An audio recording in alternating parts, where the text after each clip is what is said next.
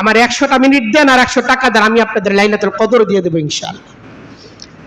100 টাকা দিবেন আর 100 মিনিট দিবেন, আপনাকে লাইলাতুল কদর দিয়ে দেবো ইনশাআল্লাহ। বুঝেন না এই বিষয়টা?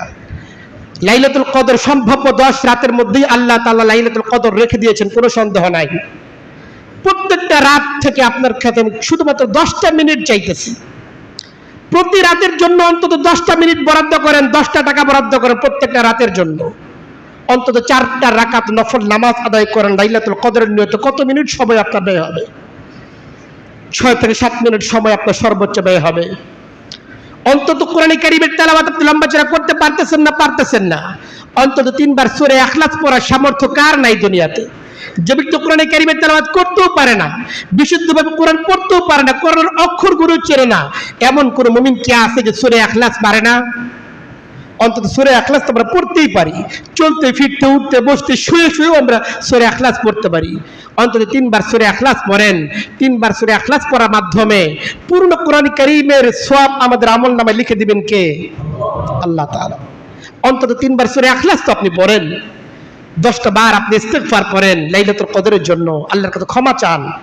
আস্তাগফিরুল্লাহ আস্তাগফিরুল্লাহ আস্তাগফিরুল্লাহ। কয়বার, কতক্ষণ সময় লাগে? 10 বার আপনি দুরূদ শরীফ পড়েন লাইলাতুল কদরের নিয়তে। 10টা বার দুরূদ শরীফ আপনি পড়েন।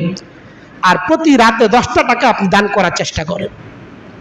এভাবে যদি 10টা মিনিট সময় প্রতি রাতে আপনি লাইলাতুল কদরকে দেন, আর 10টা টাকা করে প্রতিদিন আপনি খরচ করেন, দিনের পথে খরচ করেন, কোন দরিদ্র মানুষ পান না তো মসজিদ থেকে বের হয়েই তো মসজিদে দান বাক্স আছে, সেখানেই ফেলেন আপনি।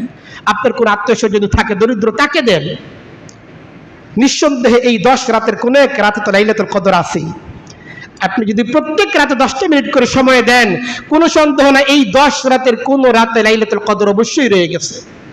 আর সেই রাত যখন আপনার আমলের রাতের সাথে মিলে যাবে, লাইলাতুল কদরের রাতের সাথে যখন আপনার আমলের রাত মিলে যাবে, আপনার আমল মিলে যাবে, এক রাতের ইবাদত করবেন আর আমল নামার মধ্যে 30,000 রাতের ইবাদত যুক্ত হয়ে যাবে।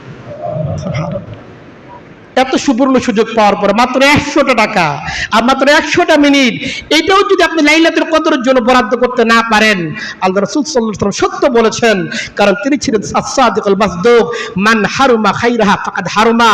লাইলাতুল কদর পাওয়ার পরও যে ব্যক্তি বঞ্চিত হইল, ওই ব্যক্তির মধ্যে বঞ্চিত আর কেউ হতে পারে না। কাজে আমরা ভাইরা, লাইলাতুল কদরের সম্ভাব্য রাত আজকের রাত থেকে শুরু হয়ে যাবে। হেলায় নষ্ট করার চেষ্টা না, হেলায় নষ্ট না করি। 10টা মিনিট তো আমি সর্বনিম্ন বললাম, পারেন তো গোটা রাত লাইলাতুল কদরকে দেওয়ার চেষ্টা করেন, পারেন তো নিজের সর্বোচ্চটুকু লাইলাতুল কদরকে দেওয়ার চেষ্টা করেন। এমন যেন না হয় লাইলাতুল কদর চলে গেল কিন্তু আমি কিন্তু বঞ্চিত হয়ে রইলাম, আমি কিন্তু ঘুমের ঘরে ঘুরে রাত কাটিয়ে দিই।